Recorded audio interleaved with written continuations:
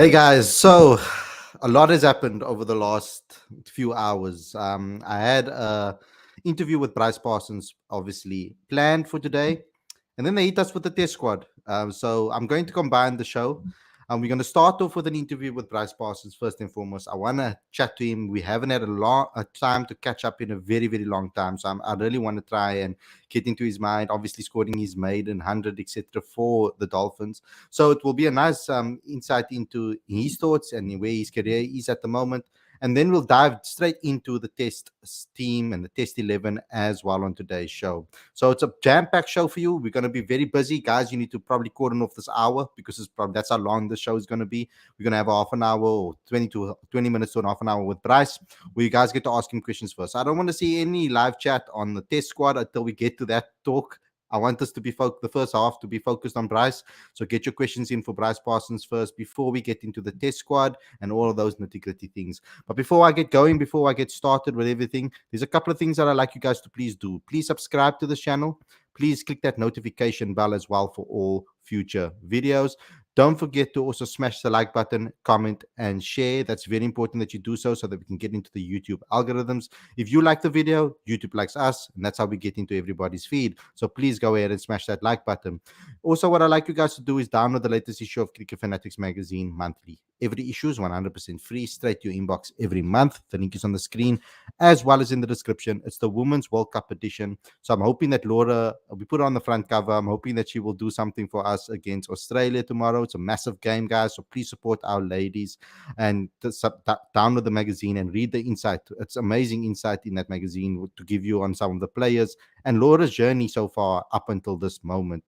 Okay, then I'd also like you guys to help us out and also help South African cricket by helping us promote it and grow it by becoming a Patreon today. There are various tiers. It's not expensive, guys. You can take the lowest tier and it will really help us. Every little bit counts. So go to the Patreon account. The link is on the screen as well as in the description. This is for everybody, whether you're a player, whether you're a coach, whether you're a fan, whether you're an average cricket fan and you don't really support as much. Every single bit counts. So please support us, our Patreon account. And then also go to cricketfanaticsmag.com for all your regular updates because we have exclusive news. We have some exclusive content on the website like features, etc., reports, opinion pieces, all of those type of things. So please get involved there too. So without further ado, let's get straight into today's video. I'm excited for this show. It's jam-packed, guys. We're trying to bring you the best possible content in South African cricket right now. And I mean, to start this off with an amazing interview is something that is very rare in South African cricket. So please support us wherever you can. Let's get straight into it, guys.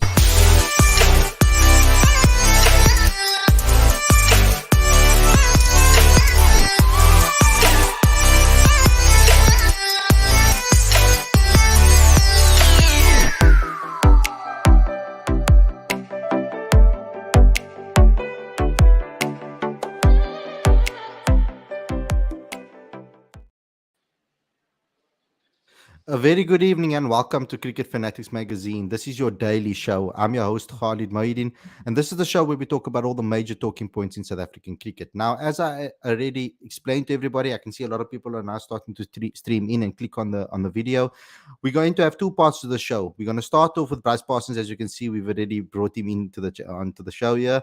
We're going to interview him first. Actually, not interview, have a chat with him. I prefer chats than interviews. So let's have a chat with him first. Let's think about questions that we want to ask Bryce first before we get into the test. I don't want to see any live chats about the test. I know you guys are all excited about the test team that was announced recently, and we're going to get into that in the second half of the show. So first and foremost, let's get into questions for Bryce first, and then we get started. I'm going to have a go first, guys, so give me some time to maybe ask him some questions before you guys get ahead of yourselves. Welcome to the show, Bryce. How are you doing, bro? It's been a long time since we caught up. How are you doing? Yeah, all good. Thanks, Khalid. It's been a while, like you said, but all good this side. I hope you're keeping well too. Yeah, it's been a hectic time. There's been a lot happening. I mean, in cricket, I was in Joburg recently for the ASA20 and then coming straight into the T20 World Cup, domestic cricket. And then again, obviously, the test series is going to start very soon. So there's a lot that we're going to be covering on this channel. So this is the place where you need to be. But Bryce, let's get straight into it. I want to chat to you first and foremost. about your career so far. I mean, we know we caught up when you were still under 19 captain. How has things gone for you so far? I mean, settling into the senior cricket, obviously getting more and more chances at the Dolphins, playing all formats as well. You try and obviously that's where you want to be, particularly in the 50 over and in the first class game. That's where you really have shone. So, what's your thoughts on your career so far? How are you feeling as a Dolphins player? Yeah, obviously it's been a bit of a slow start than I would have wanted. I mean, coming out of school, wasn't really knowing what I was going to expect into going into senior cricket. Didn't really have semi-pro cricket to ease my way into things, but it's been great. I mean, coming down to the Dolphins, the squad's been really welcoming.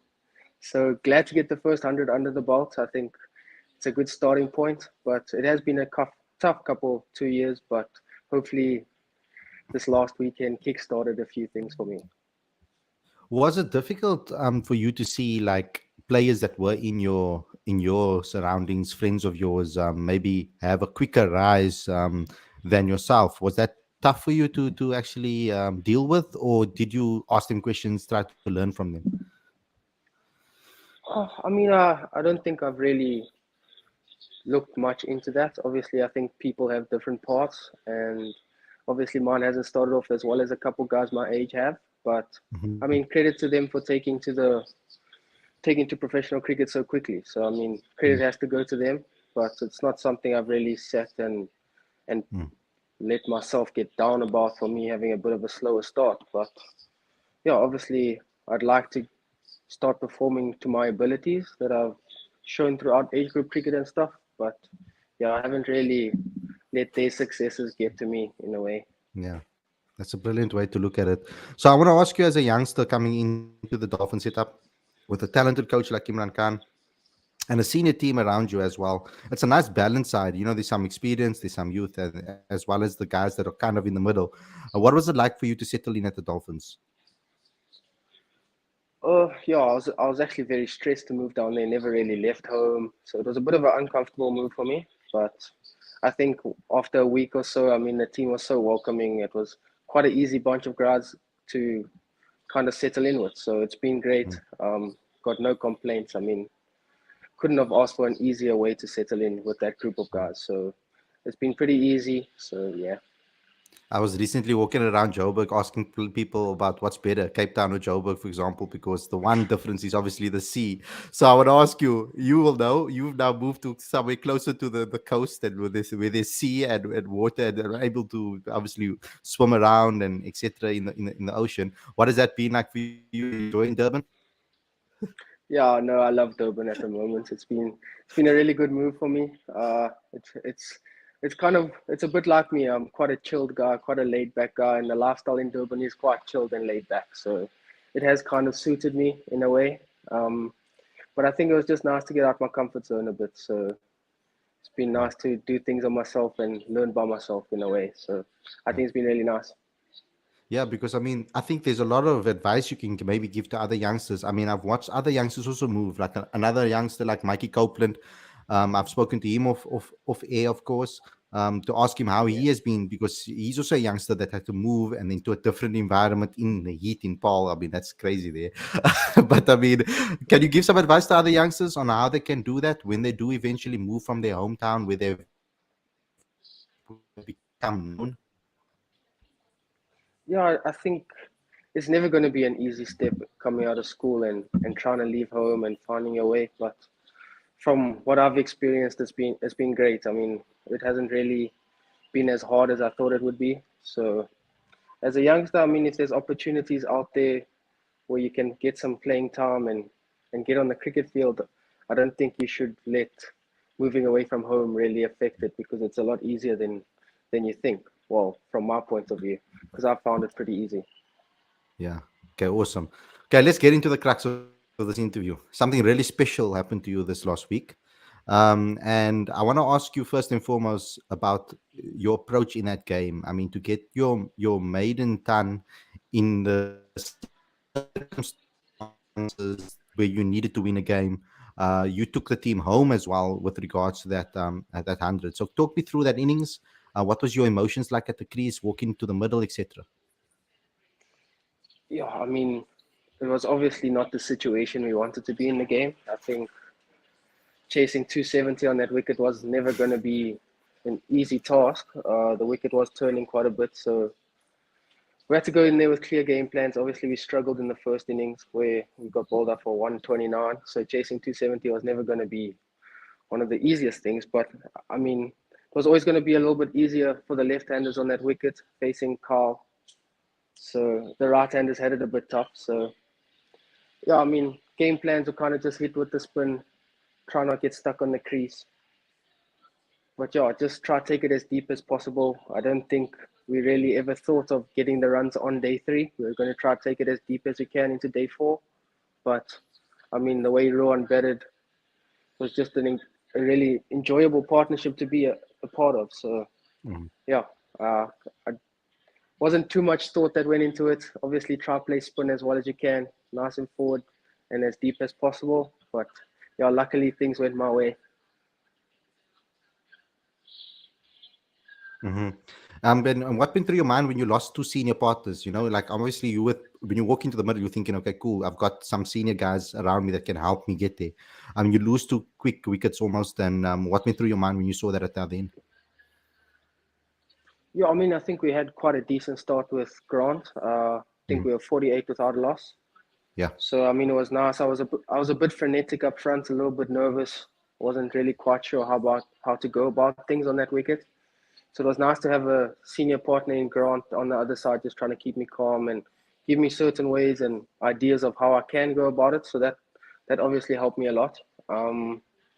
But yeah, I mean, we expected wickets to fall on that pitch. We obviously knew that we weren't going to chase it 10 wickets down. So you got to go into the mentality like you're going to lose wickets, but you have to be one of the players to stand up. And luckily for me, it was my day. But yeah, that's why we sent in Ruan up the order because we just thought it was going to be a little bit easier for left-handers. So quite a Mm-hmm. good call from the coaching staff, and yeah, luckily it paid off.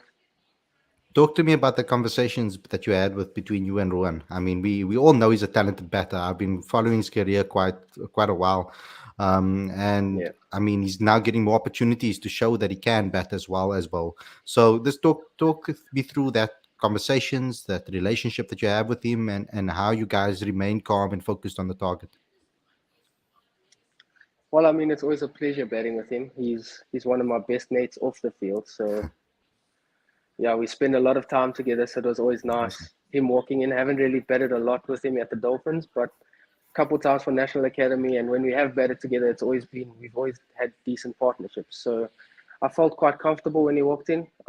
We have a good relationship. So the communication was quite good between each other in the middle, just keeping each other calm, not letting the situation get the better of ourselves because we still needed about 220 to win.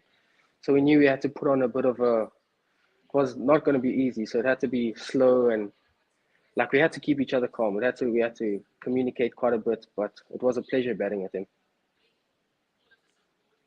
Mhm. Can you talk to me about the wicket? He's spinning a lot more than usual. Because I mean, I'm looking at the SA20 and just looking at the different grounds in South Africa so far. It doesn't seem like the wickets are the same like we expect them to be. Like obviously, when you look at before a game, you'll be like, oh, the Wanderers will bounce and whatever the case may be, Newlands will swing up front or whatever it is. But Dolphins, we know, yes, Yes. at Durban it does spin a bit, but are the wickets a lot more different, or has it changed a lot over the last year or so? I think I can't speak for SA20 obviously, but I Yeah. mean from what I've seen, obviously last season we played a lot in bubbles, so obviously Yes. later on in the competitions it got a lot slower. But since we've moved out of bubbles, they have been a bit better, a bit quicker, more bounce. But I think we know what to expect from Kingsmead. It's always going to turn quite a bit. It's not going to be as easy for the seamers to run through attacks. So we expect it to spin. I mean, our team kind of sets out there for it to spin. I think the whole country knows that by now, with Kesh in the team and Soubs in the team. So, I mean, obviously it's going to turn, but that's why you have to have Mm. good game plans against spin. But yeah, that's about how Kingsmead plays, I guess. So what have you learned from those spinners, man? You. I mean, before so Brian was as well, but Sundaram Mutasamy was there before he left. Obviously we have Keshav Maharaj. I mean, can you tell me about what you've learned from these senior guys with regards to your spin game? Obviously I arrived this season. Mutusami left, so I didn't really play a lot with him. Okay. But I mean, playing with Kesh, probably one of the best spinners in the world. It's been great. I mean, left arm spinner, couldn't ask for much more as a young up and coming spinner. So I mean, I've learned. I don't even know where to start.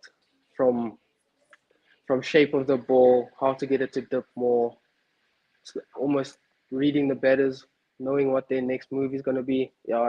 I've learned a lot from him. He hasn't been around as much as Mm.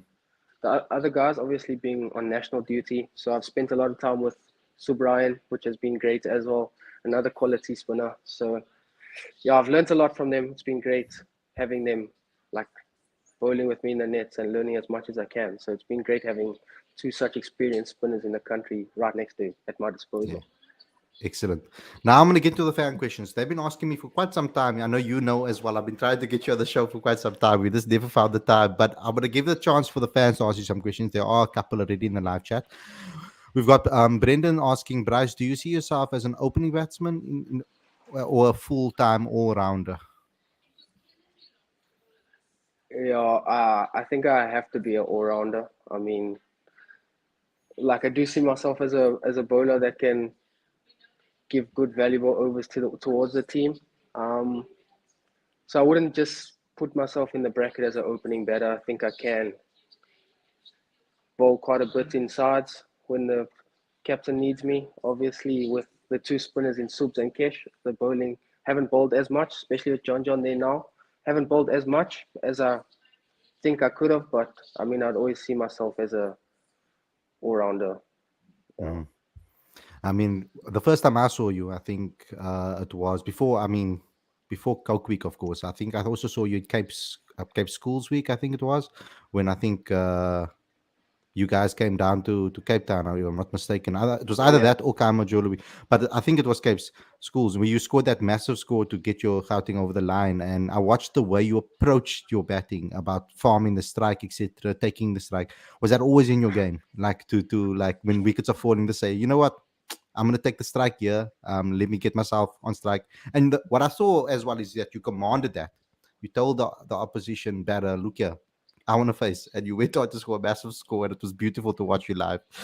I mean, I can't really say I formed the striker. Maybe back in the school days, I used to be a Yeah, bit more, but wanted to face a bit more than I do now. But yeah. I think it's just situations of the game. If you're batting with the tail, you kind of have to form the strike when you can. But I wouldn't say I look to form the strike now. I mean, it's just Yeah, not now, there's yeah, but back then. there's quality bet.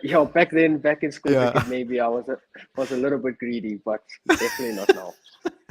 Yeah, it was excellent to see that, because you guys were in a bit of trouble, and you came in. I think it was a three at that time, and it was an amazing Yeah. thing to see that actually happened. I always tell people on the channel that was an amazing innings. Bryce, don't you feel any pressure performing in domestic setup since you were the under-19 captain just 3 years back?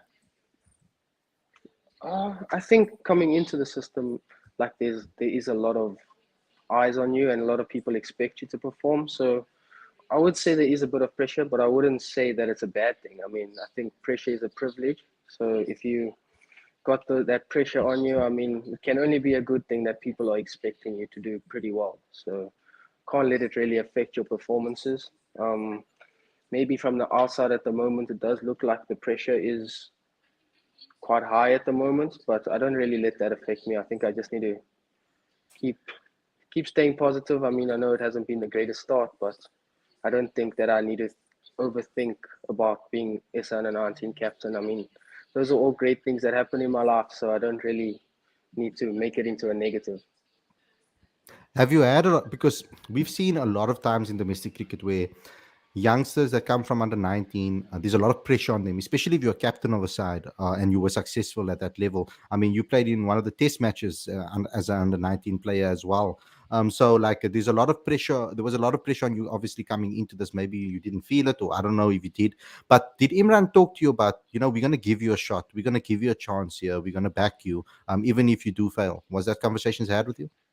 Yeah, definitely. I think in the first season that I was at the Dolphins, I played every game that I was available. I think I Mm. missed two first-class games, and that was through Yeah. injury. So I played almost every game first season. So obviously the coaches gave me a nice run in my first campaign down there. So they did have that conversation with me, and I think that obviously helps anyone knowing that you do get a bit of an extended run. So you don't, it's not a couple failures and you're out the team. So yeah, I would say they did have that conversation with me. Hmm. And from Lily wants to know, tell us about your hopes and dreams to represent the Proteas. I think like any young cricketer in the country, you want to go on to build your career. You want to play for your country. I mean, just getting a taste of it at under 19 level, it kind of gives you that sense that you want to do it for the senior team. I mean, it was a great experience playing in the under 19 World Cup, but yeah, the dream is always to play for the Proteas. Yeah. Lawrence wants to know, are you related to Gordon Parsons? And if so, how much impact did he have in your career? No, I get that one quite a lot, but I'm not related to no. Yes, we had to just let you clear it up instead of me. Okay, I heard that the Dolphins CEO is the one that convinced you to join the Dolphins. How is your relationship with him? I didn't really have a lot to do with Heinrich before I signed for the Dolphins. While I was still at school playing Michaelmas tournaments, I got to know Imran quite well. He used to come to Michaelmas comps and Kaya Majola weeks, and I think that's kind of where the bond started. Um, and yeah, I didn't really have a lot to do with Heinrich before I signed for the Mm, Dolphins. But obviously, he's a great guy and he always supports the players in the setup. So got quite a strong relationship with him. mm-hmm. Lee has another one. He says, why is the Red Machine, or why does the Red Machine King Edward's school keep producing professional cricketers? Do you have any insight into that? Yeah, I don't know. It's quite a prestigious school with the amount of cricketers it does produce.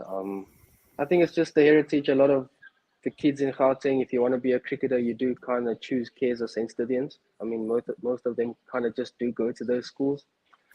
I think the setup, the way it's run, the coaches at the school, the individual academies at the school. I mean, it's quality coaches. It kind of like it's very professional in a way. You're still at school, but the way it's run is very professional. So I think maybe that has something to do with it.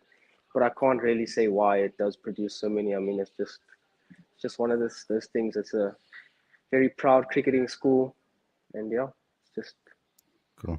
I can't give you a specific answer for that. Okay, cool. Kelly Robbins wants to know, do you think the lack of semi-pro structures makes it more difficult for young players to cement themselves in a side? I think if you're not a part of the first 11s at the moment, there isn't obviously a lot of cricket for you. So if you're not playing at in the highest level, you can't really get game time anywhere else. So obviously that has been hard, sitting on the side a lot when there's not a structure underneath that you can go find some form or anything. But I also think it is a positive that when you get into a team, you have to make it count. Because I think if you go up to the Proteas, you're not going to get endless amounts of chances. You've got to make Mm, those first few counts. So it's a high standard at the moment. Domestic cricket is starting to feel strong again, and it's feeling very competitive with the new SA20 that's come along. I think players have kind of got a sense that they have to perform to start getting contracts and stuff. So I mean, yeah. obviously, if you're not playing, not having a semi-pro structure is tough, but I think it could be a good thing as well. Yeah, that makes sense because you can see the shakeup that just happened in the test squad. I mean, it's been crazy the amount Yeah. of players that have been left out. I mean, there are some friends of yours in the team, like the likes of maybe Marco Janssen, Gerald Kutsia, players that you played with against, etc. What's your thoughts about that? Did you message them at all to tell them congrats or whatever?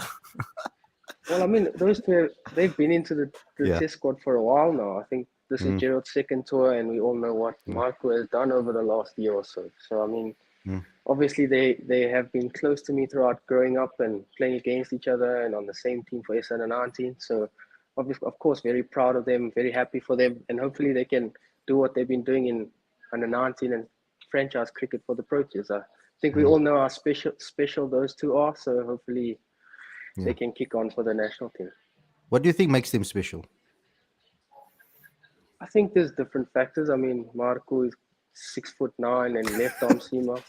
I don't, Yeah. I don't think any better in the world will want to face that. So I mean, we know the raw pace of Gerald. They both have different attributes that make them special. I think they're two very young cricketers, but they are quite very good cricketers. Yeah. Did you know already? Seeing playing against them at school level, did you already know? Okay, these guys are gonna one day do big things. Well, I mean, I think as a youngster, you're all hoping to be one of those special kids. Hmm. I think those two, maybe I knew thought Gerald would be more because of the raw pace he did even at school days. That everyone knew that he was going to play franchise cricket pretty early. Um, and Marco, I didn't really play much with him until I made Mm. SN and 19 and the Yeah. Cubs week before that. So, Yes. and then obviously when I went to India with Marco and saw what he did in India, that was the start of his career. So, Yeah. yeah, I mean, both of them have done really well with in what they've achieved so Yeah. far at such a young age.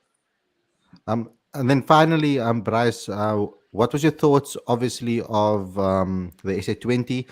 This guy's obviously asking, would you like to play in SA20? And he's gonna ask you which team you'd like to play for. But I don't think maybe if you want to answer that, you can decide. Yeah, I mean, I think the SA20, everyone saw what a competition it was. The standard was unbelievable. The crowds were unbelievable. I think it's exactly what South African cricket needed. It was just a breath of fresh air. I think even for the guys that didn't get picked up in the auction, it was still amazing to be a professional cricketer in the setup, seeing your friends, seeing your teammates play in that environment and watching it. I mean, it was a great spectacle to watch for fans of cricket. Yeah. So I loved it. And I'm not going to answer which team I would have liked to play for. I think getting picked up by any team would have been great. Yeah. Okay. I'm gonna cheat here. There's one more question that I need to know. And the fans would like to know is who is your childhood cricket hero? Who was your childhood cricket hero? I had a couple. Obviously, the Cares boys, Graham Smith.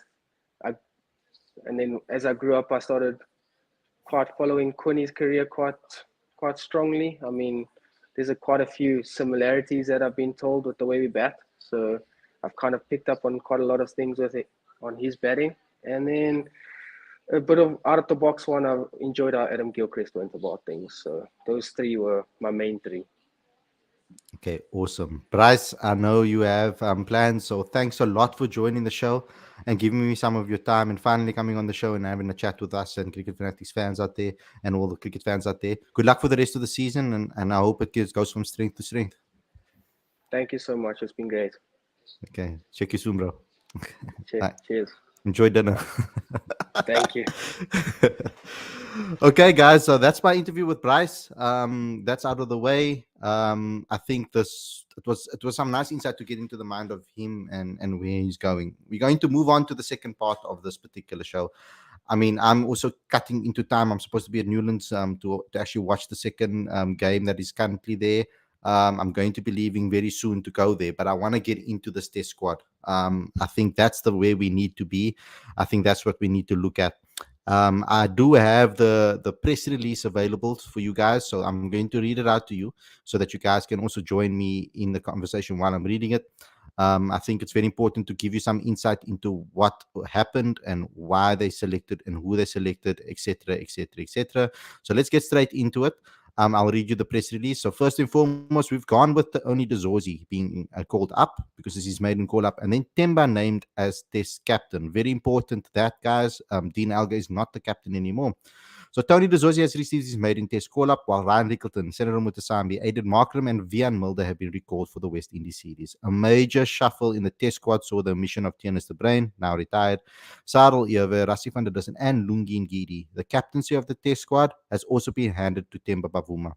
The 32-year-old will replace Dean Alga at the helm of the Red Bull format and will continue to lead the one-day international side. He has, however, relinquished the T20 international captaincy with a new leader of that team to be named as part of the White Ball squad to face the West Indies next month.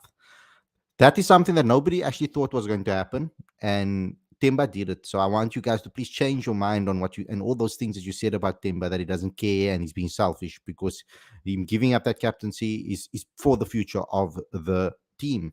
Bavuma's first assignment will be to lead the 50-man squad in the two Betway Test series against the West Indies from 28th February till the 12th of March in Centurion and Johannesburg. I'm going to try my best to get there, guys, so that I can cover it from the grounds. Alga, meanwhile, remains available to play for the Proteas after captaining them in 15 tests during a near 2-year reign. Cricket South Africa would like to welcome Temba as the new captain of the Proteas men's national team. Committee Director of Cricket, DOC Enoch Inkwe. He is a player that has vast experience, captaincy experience, both at domestic level and on the international stage, having led both the ODI and T20I teams since March 2021 when he was appointed. We trust he will deliver on all expectations and help carry the team forward after some excellent work by his predecessor, Dean, during the same period. At the same time, I would like to sincerely thank Dean for all his commitment to the role over the past 2 years. He helped the team navigate through some stormy waters and put them in a good position on the ICC World Test Championship table. Both men have made us proud with the work they have done within the wider Proteas group, and I look forward to the next step in what is a new era for the Proteas under the leadership of dual coaches Shukri and Rob Walter. As part of the restructuring, the TOC also confirmed that CSA was currently reviewing the National Selection Committee procedures, and he decided to release Victor Ipmasang of his role as national convener of selectors. The current interim structure will see the head coaches of the respective teams playing a leading role in squad selection going forward. That is a massive, massive, massive thing that they are doing there.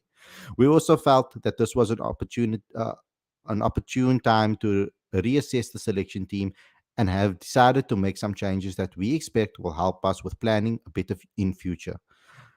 Inkwe explained. In this regard, we thank Victor for the time he has invested with the national team over the last few years and wish him well for the future. So that's what the press release had to say. Now I'm going to show you guys what the squad looks like. I've put a little graphic together. I hope all the names are right. But this is the team that was selected for the Windies tour. Okay, so we got Temba Bavuma as captain, and in the batting department, Dean Alga, Aidan Markram, Keegan Peterson, Tony DeZorzi, Ryan Rickleton, and Heinrich Klaassen. Then in the all-rounders positions, we got Marco Janssen, Vian Mulder. And then in the seamers positions, we got Kagiso Rabada, Gerald Kutsia, and Andik Nokia. And spinning department, we got Simon Armour, Keshav Maharaj, and Senaran Mutasami. So I'd like to know what you guys think. Let me start there.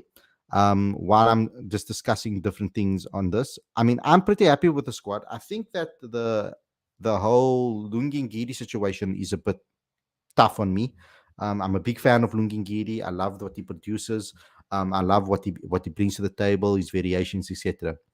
But I'm not very upset about it, seeing that the wickets at the Wanderers, for example, have been spinning quite a lot in recent times. We saw in the SA20. So I think that's the thought process and bringing in another spinner, but also a spinner that can bat. Senaran Mutasami has batted really well over the last couple of years in different formats. In a struggling Northwest side, he has put on performances as well. Also got picked up in the SA20. So it's a good person to have in the squad. But I do feel sad for two players particularly, and that is really Cal Verreynne, someone that I really tried to, I wish I could have done something maybe to get him to keep his spot. I believe that he's a brilliant player, and I believe that he's a type of player that performs under pressure when the chips are down, when you're down 4 or 5, and he comes in. He kind of turns games around. He hasn't had the best of starts to his forward campaign now recently, but and hasn't played at all in the SA20 either. But I do feel that he is a future player of South African cricket, and I hope that he can bounce back. I hope he goes back to domestic cricket, puts out the numbers, and bounces back. I'm a big fan of his, and I wish him all the best for the domestic season. And I'm also sad about Lungingiri not being selected in the side.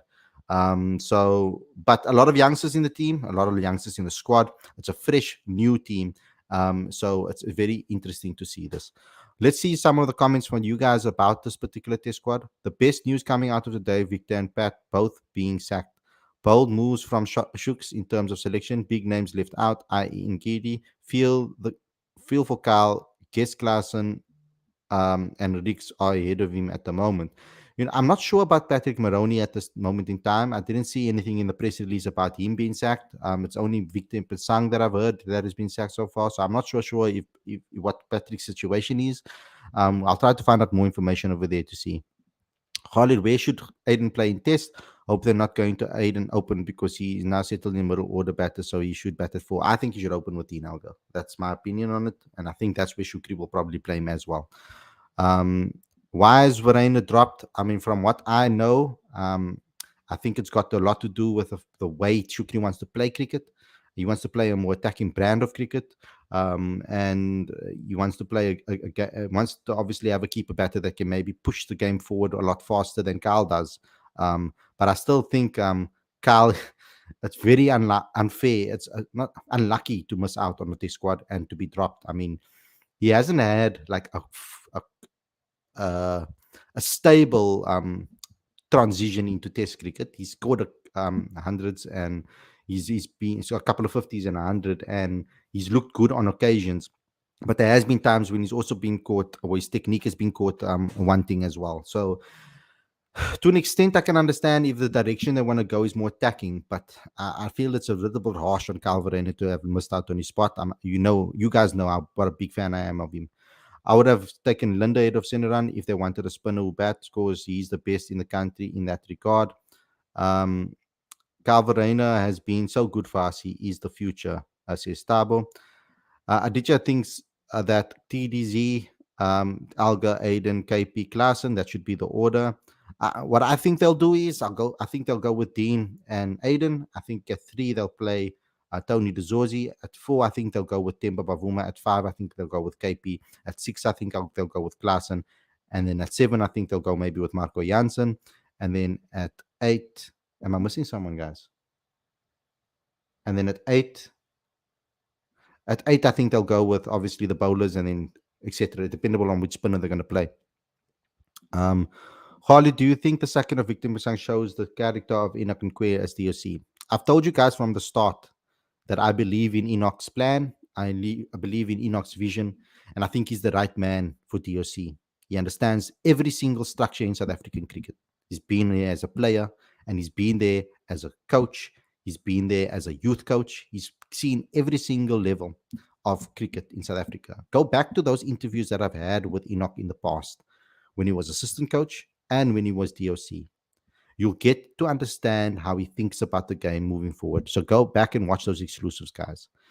Next time, please have a conversation with Aiden. I've had a chat with Aiden. I've messaged him and asked him to have a chat with him because I really would like to catch up with him after the SA20. He said he has a busy schedule at the moment. He will let me know when we can do so. I'll probably have to go through CSA to obviously get that approved. But we will try to get Markram as soon as possible. Didn't Shukri confirm that Markram will open with Alga and that Klaassen will keep? That's what I heard. Okay, cool, guys. Let's get into that. I do have it for you. I have the press conference with me, not the video. We're still waiting for the video to be released, but I have the audio file. So as we go through it, we can listen to it together and hear what what was said about in this press conference. So let's have a listen together, guys. Thanks, Ken. Good afternoon, everyone. Just to answer your question, to be honest, it had nothing to do with, trying to make up certain positions or leadership or whatsoever. The call was just clearly in terms of obviously the new direction that we're going as a team, as a system. And, we all felt that, it's, the change in the leadership was needed. And this is the direction that we're actually taking. And felt strongly that that obviously the best person to take us into this new chapter will be Temba himself, and obviously we see him also adapting to the playing philosophy. Coach Shukri has had a bit of time also to work with him during the ODI series, and so there's already that established relationship or a relationship that's been developed, from the two of them, and there's good synergy. And look, nothing. If you look at, if you go back to Dean Alga himself, he's done a great job, through stormy times in South African cricket. He managed to, get the team out of the position that they were in, and to put the team in a very good position in World Test Championship. But yes, we're not going to look obviously too far ahead of ourselves. At the end of the day, we like to thank Dean Elgar for the great job that he's done over the last sort of close to 2 years. And like I said,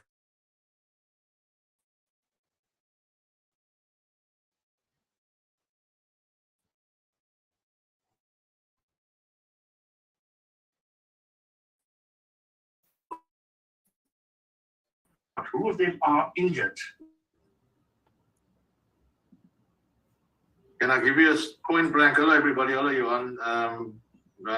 Nobody's injured. We had a full complement to select from. So, yeah, everybody was fit and ready to go. And this is what we've come up with.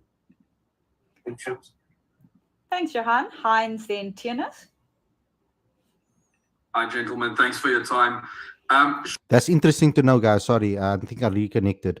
To know that nobody was injured, so they picked from everybody that was available, which is very interesting to know as well. That he picked the squad based on everybody being available, and we haven't always had that luxury, because before players were picked and we weren't 100% sure whether it was because of injury or for whatever the reasons are. This time we've had a full strength squad.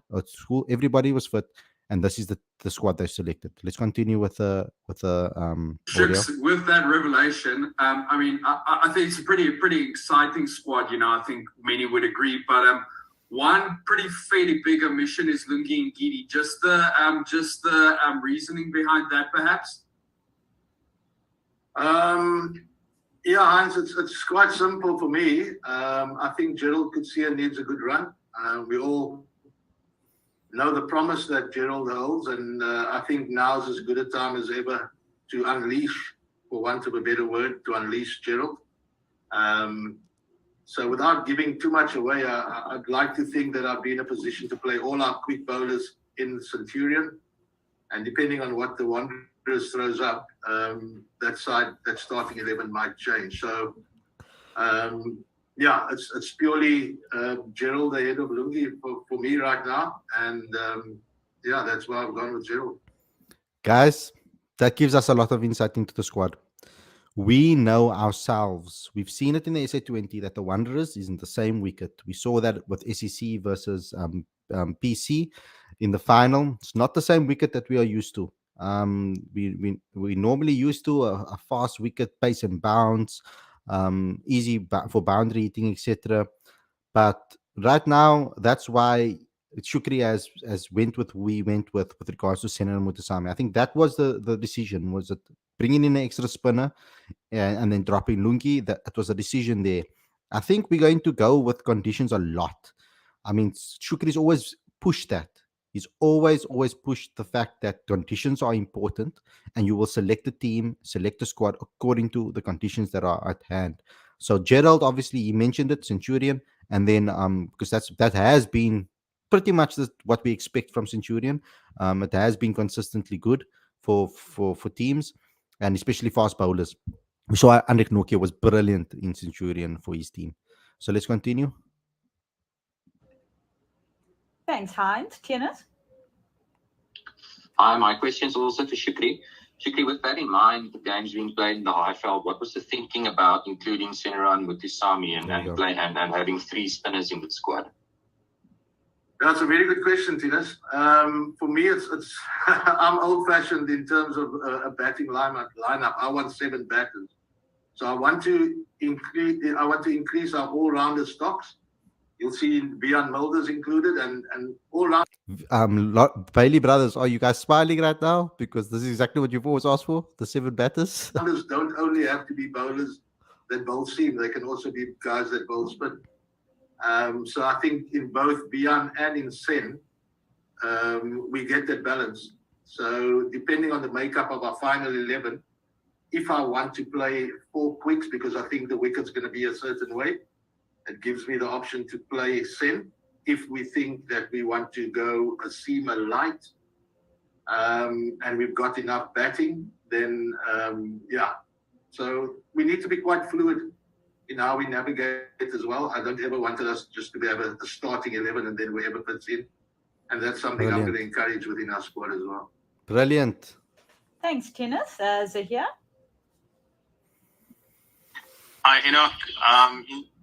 In terms of Victor no longer being around and greater responsibility for the coaches, we saw England going a certain way recently with Silverwood and then going back to a selection panel. How do you see it, all the accountability now with the coaches in terms of picking the teams?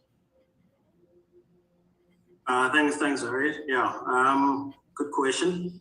Yeah, look, to be honest, I've always believed that at the end of the day, I think the coach has more of a say in any selection and has even a better understanding of what is actually required, as long as it's in line with obviously the selection strategy, the bigger strategy of South African cricket or cricket South Africa, if I'm going to put it that way. So.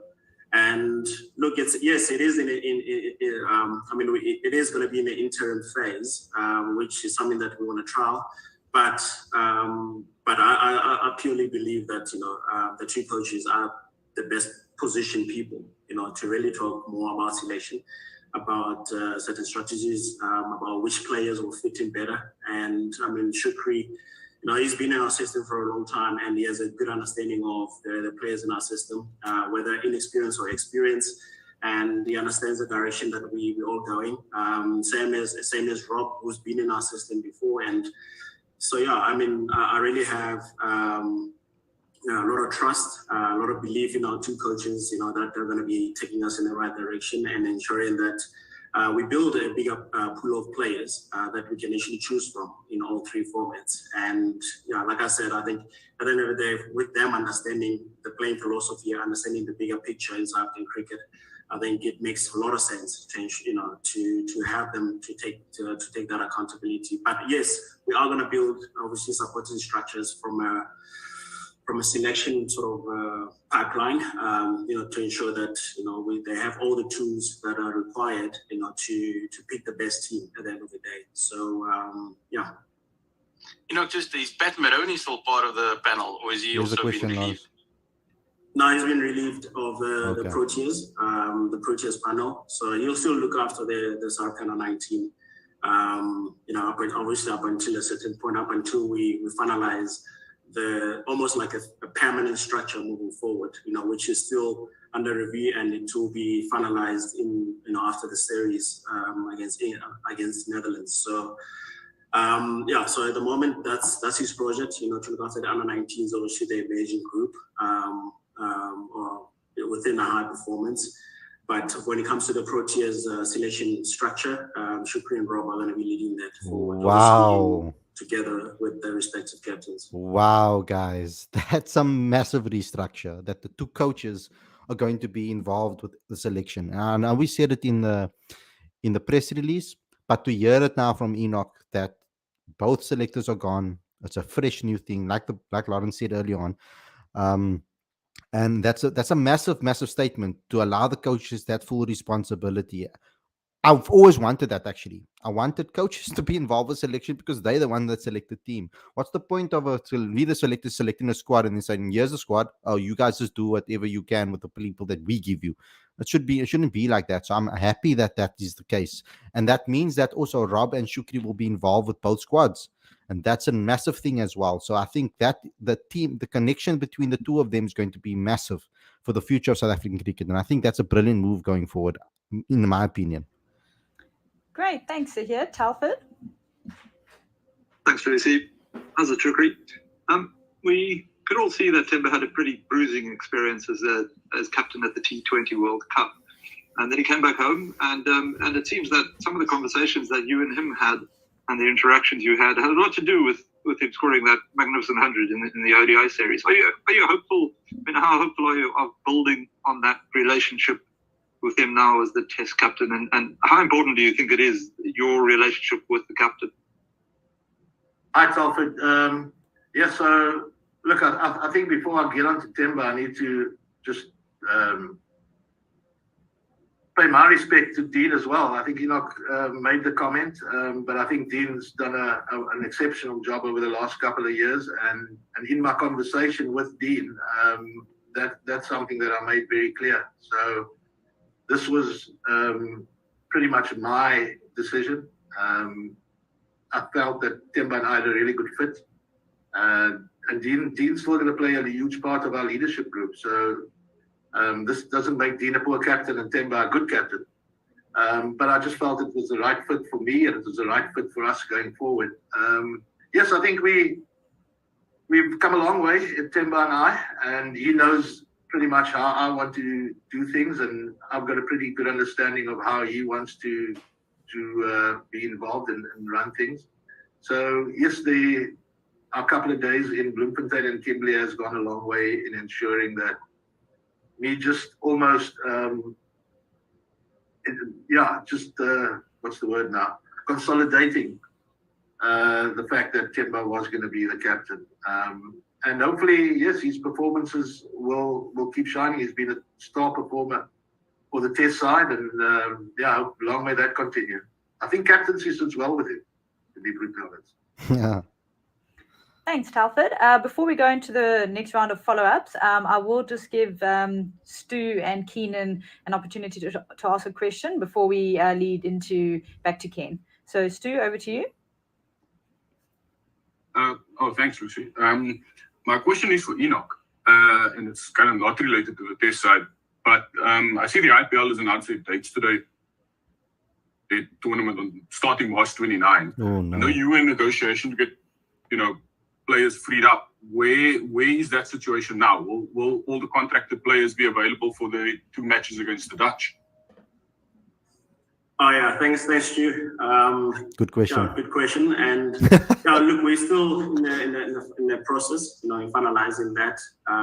But we're quite positive that especially with the relationships that we have with BCCI and obviously IPL, and we're positive that we'll have those players because most of them will probably not. I haven't really looked at the final fixtures, obviously. Like you said, it was announced today, and now it's like in budget and that. So that's something that we're gonna look at, and at the end of the day, also we're gonna make sure that we work hard to make sure that the players are available for those 2 fixtures, because those are very important fixtures for us in qualifying automatically for the World Cup. So as soon as obviously that is confirmed, we'll inform everyone. It's good that he said that, because it doesn't look like he's going to just roll over. He's going to try and get those players available, which is a very good thing. That I like to hear that from the DOC. Thanks, Stu. Keenan? Thanks, Lucy. My question's for Shukri. Hi, Shukri. Kyle Verheyen has been dropped from the side, evidently. He was the top scorer, or the second top scorer in Australia recently. Can you just talk about that decision to omit him from the side, and the thinking around that, and then who would be the backup keeper for Classy? Hi, Keenan. Yeah. Look, Kyle's omission was a tough one for all the reasons that you just mentioned there.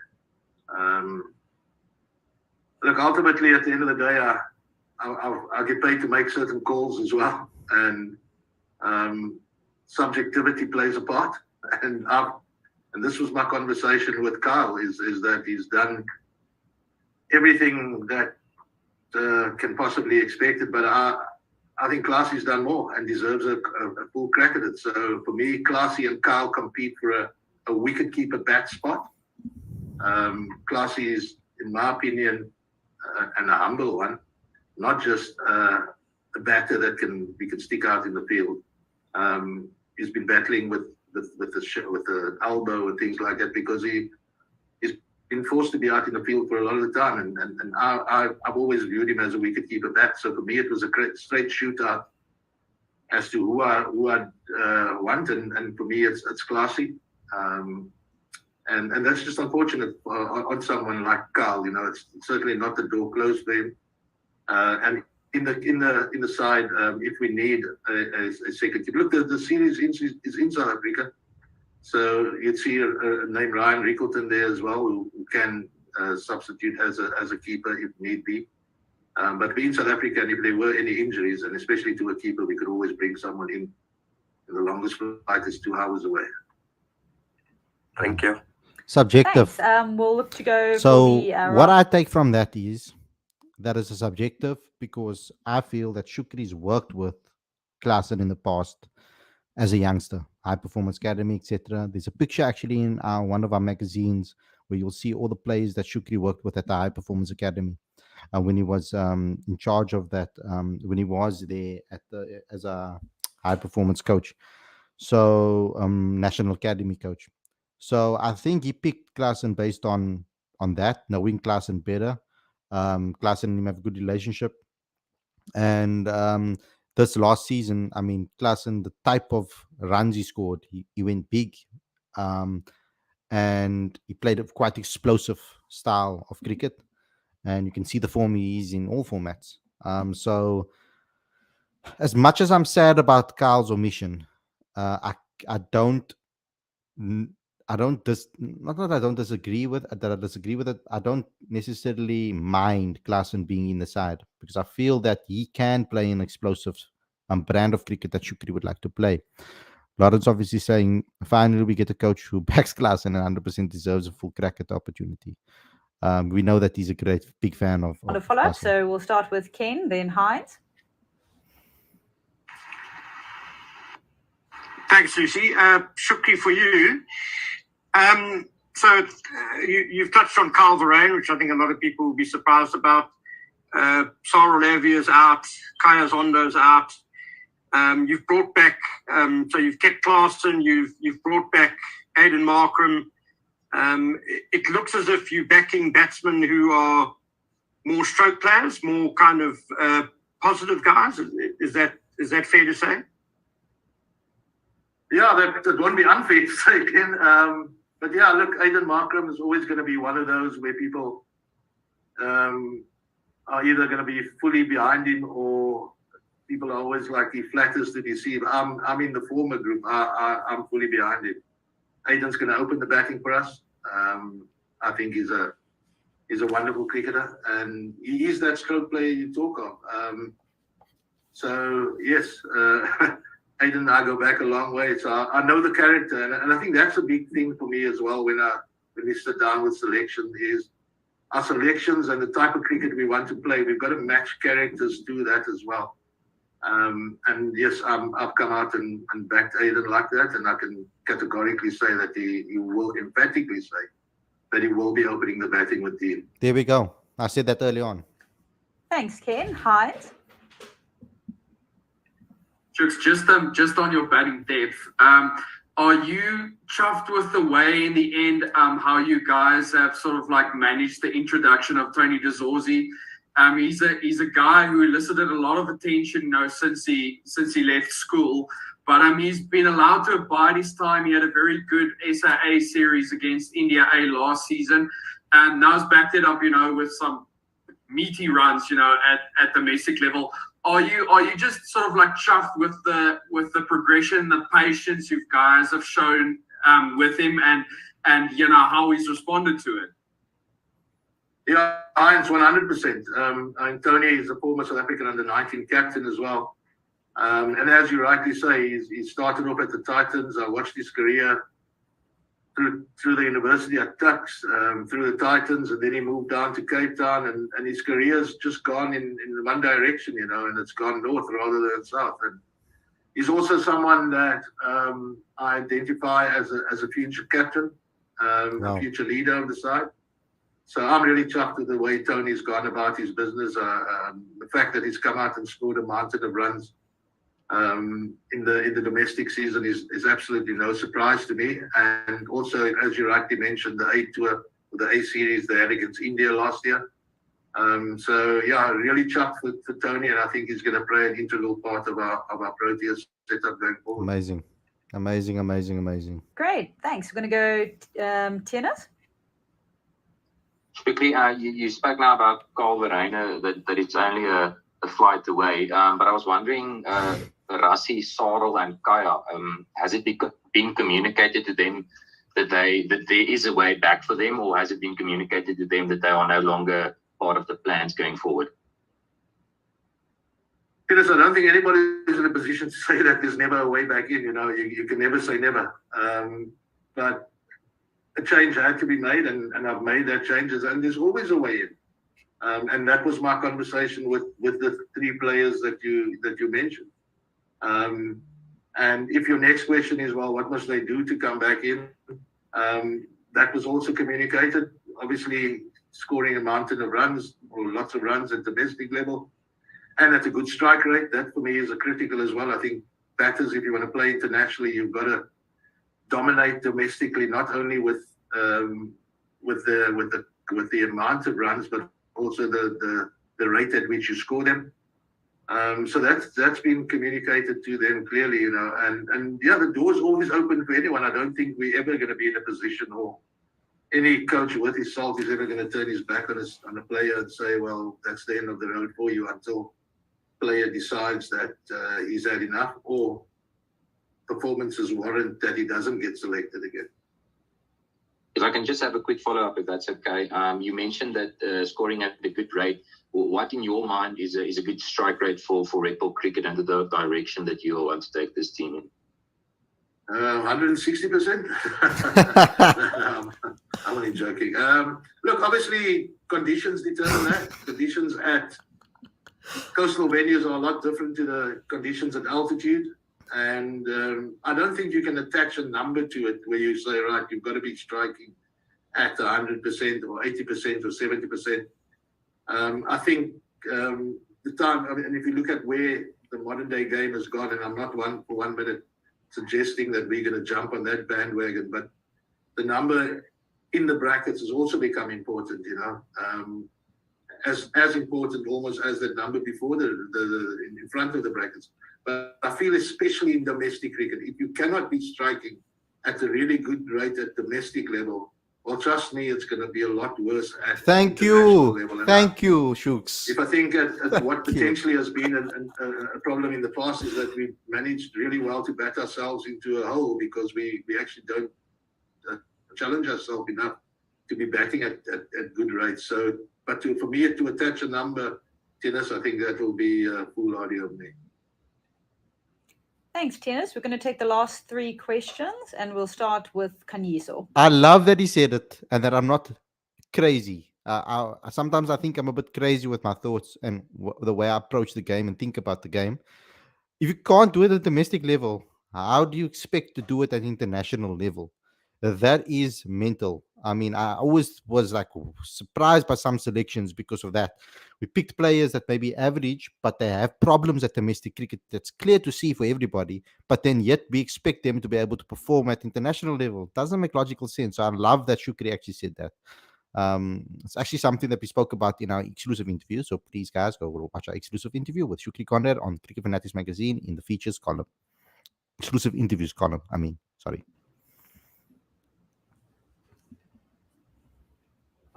Thank you very much, Lucy. Shukri, I think you'd be better placed to answer this question.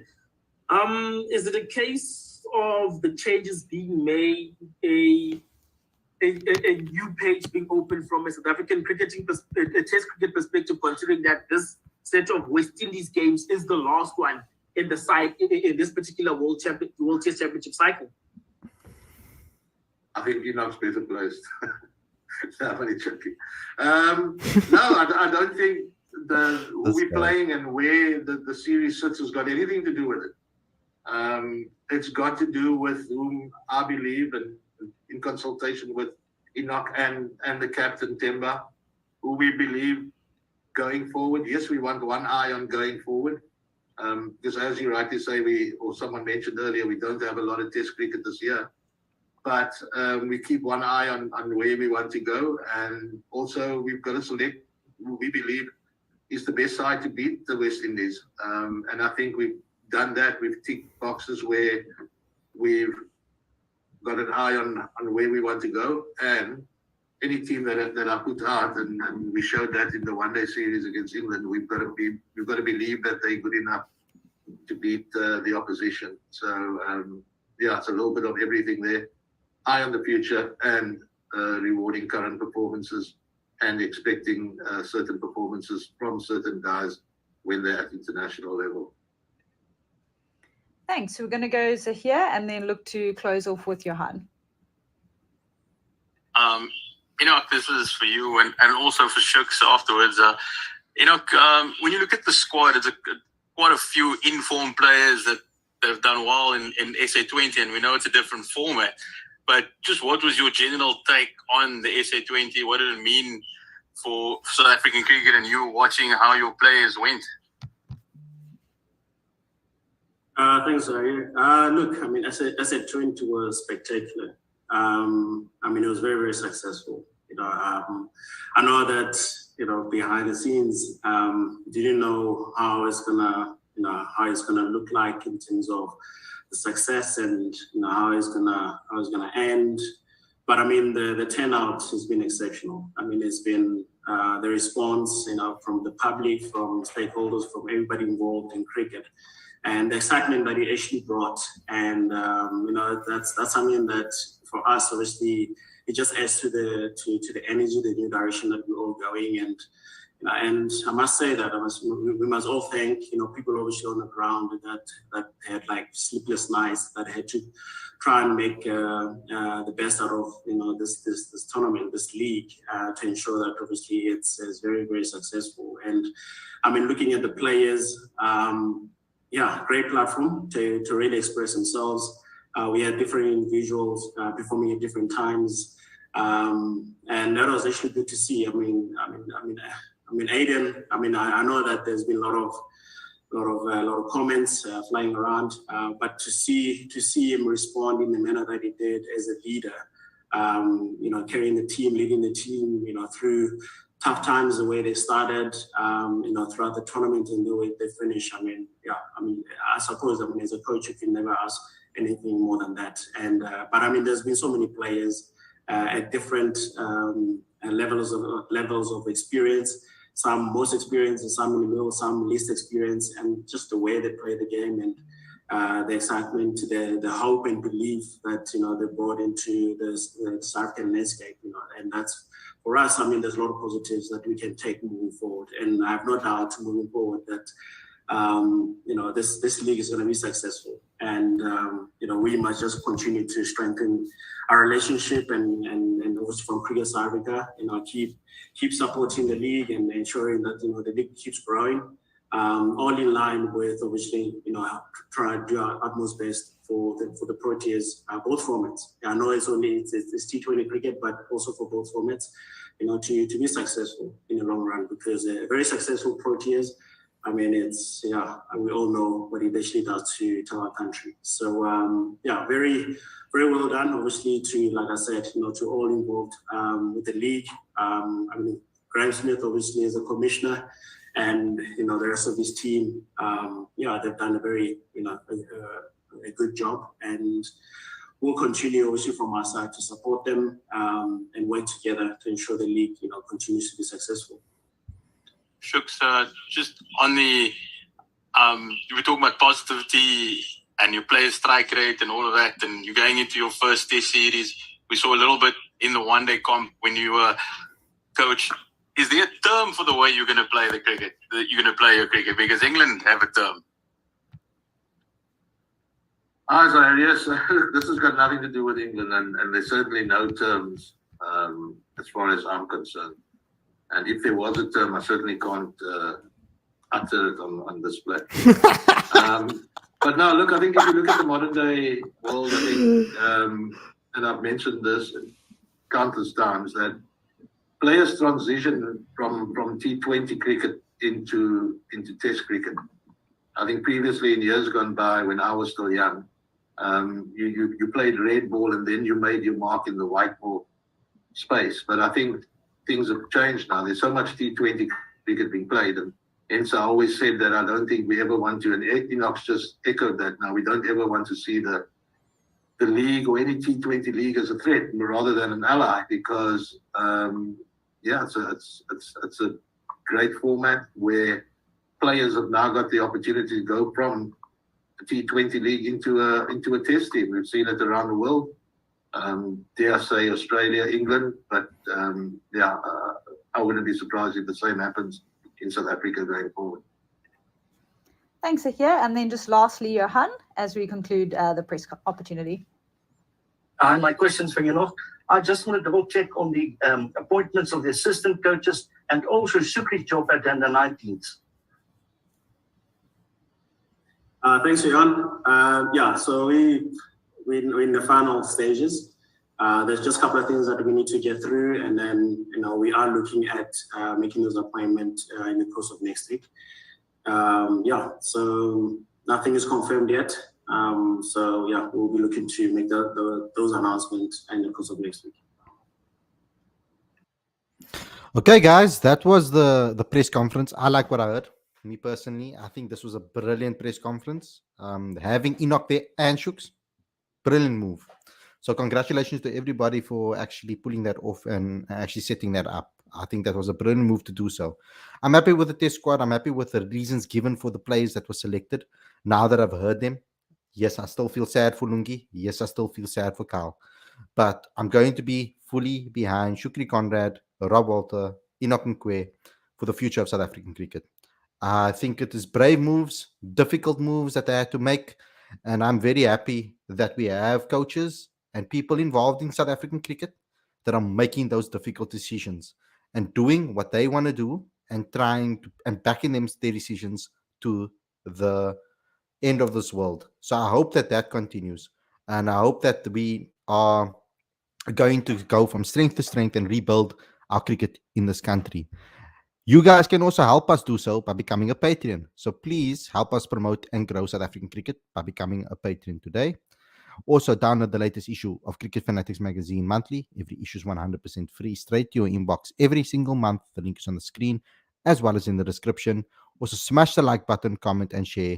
And go to cricketfanaticsmag.com for all your news, your regular updates, your features, your opinions, your match reports, and all of the reactions and press conference reactions as well.